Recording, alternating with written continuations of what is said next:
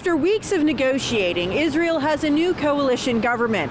However, this government may not have the priorities that match up with Washington's priorities for lessening tensions across the broader Middle East region. Israeli Prime Minister Benjamin Netanyahu leads a government whose focus appears to be primarily on home matters. This is neither a peacemaking nor a war-making coalition. It's a coalition focused largely on social and economic issues, on burden sharing with respect to the Orthodox community and national service.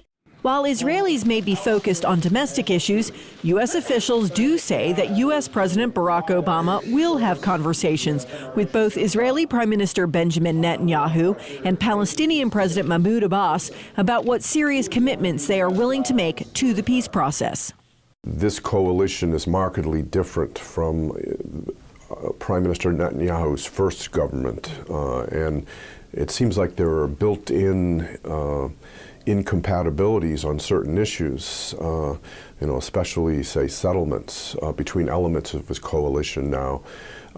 So that may make moving ahead on negotiations difficult. With negotiations underway until the very last minute, the White House was loath to make a public pronouncement on the new coalition government.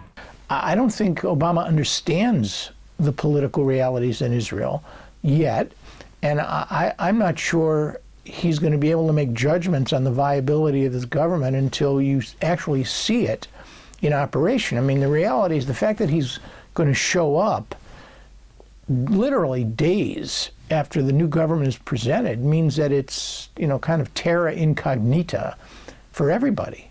What is known territory is that the Israelis and Palestinians have yet to formalize a peace, and talks in that direction are stalled. But analysts are not convinced that a new coalition government will be able to change that reality.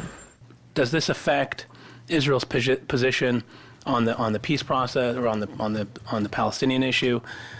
It's hard to say at this point. It's hard to see a dramatic shift with a party like Habayit HaYehudi, which represents the settler movement and the national religious movement, making concessions that would change the strategic balance on the Palestinian issue. I can see tactical shifts on the Palestinian issue, but not a strategic shift under this kind of a government.